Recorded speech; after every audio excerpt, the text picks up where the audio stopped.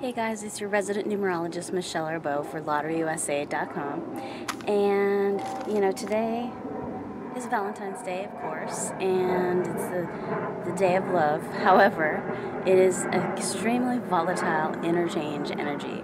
So if you are in the midst of any kind of fights, or if you have any turmoil that's inward, that might be relationship related or even personality related, personal related, it's all going to come up and rear its ugly head today, of all days. But it's blessing in disguise because we get to clear up the clutter. We get to really see things from a perspective of authenticity, so that's a good thing. There's a couple other things I wanted to say about this week too, because it's really, it's one of those weeks where we're just laying it bare, really cleaning out the clutter. And there are a few signs actually that I just wanted to make an example of, because for example, Scorpio, you're purging anything that doesn't feel authentic to you. So that could be relationships, it could be any number of things, but you're just really feeling like it's time to do what your heart is really calling you to do, calling you to be with,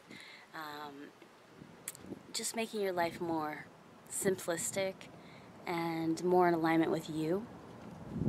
Now, Capricorn, you hate to be wrong, and I'm a Capricorn, and I kind of hate to be wrong. I mean, I have to admit, it's one of my traits, and you're feeling kind of vulnerable this week because you were wrong, and there are a few things that had come up where you've got to admit that. So there's a lot of vulnerability with the sign of Capricorn this week, and Gemini, you're in for some really big faux pas as well, because your sign you've got a lot of that split personality thing going on, which isn't a bad thing because you're very multifaceted. But in business in particular this week, there's going to be a big faux pas, and you got to own it. You got to really step up to the plate and say, look, I messed up.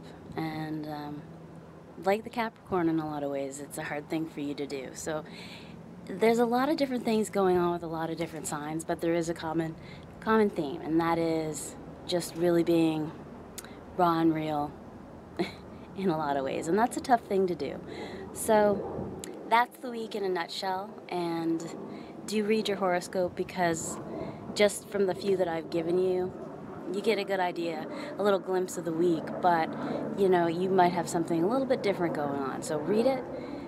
Ask me some questions. We do have the Ask Michelle column, which you can send it to contact@lotteryusa.com and ask away. Ask a question, ask something about your sign, about your numbers, anything relationship, career, you name it. You can ask away.